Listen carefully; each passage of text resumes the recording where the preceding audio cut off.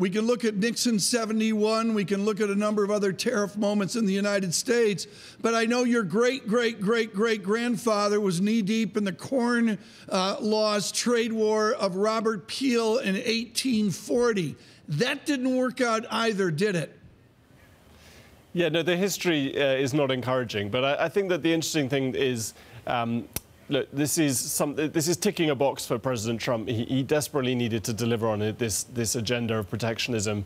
I think it'll be very interesting to see how far he's willing to go on some of these broader actions. He's clearly chosen for now a kind of maximalist approach on this steel and aluminium issue.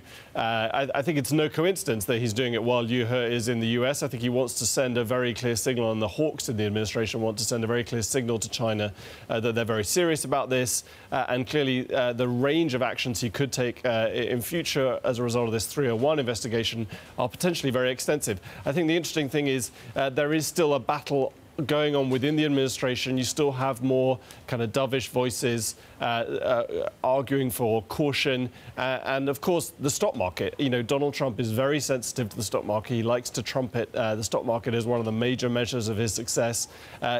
I think it will be interesting to see what the feedback loop is between the response of financial markets and economic sentiment and some of these measures. And is Donald Trump going to be a president who learns that actually if he pushes this too far, it could undermine some of the things that he's proudest of?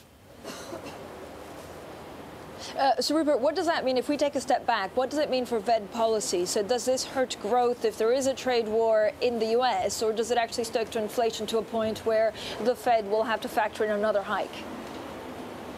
I think the Fed will be very cautious before responding to specific trade policy measures. They will want to see if there is any knock-on impact, either upside on inflation. I think that's going to be very, very moderate from these measures that we've heard today, or on the downside from sentiment and activity. I think that much more important for the Fed is both the kind of big picture context that we heard from the new chair, which is very much confidence in what I think will probably be 4 hikes this year, that they need to kind of keep on this steady course.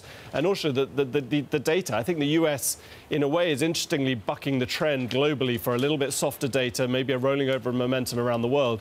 We don't see that in the US, particularly in the survey data and the sentiment data. We had the ISM manufacturing back above 60, record high consumer sentiment. The US is different at the moment because of these tax cuts and the prospect of looser fiscal policy.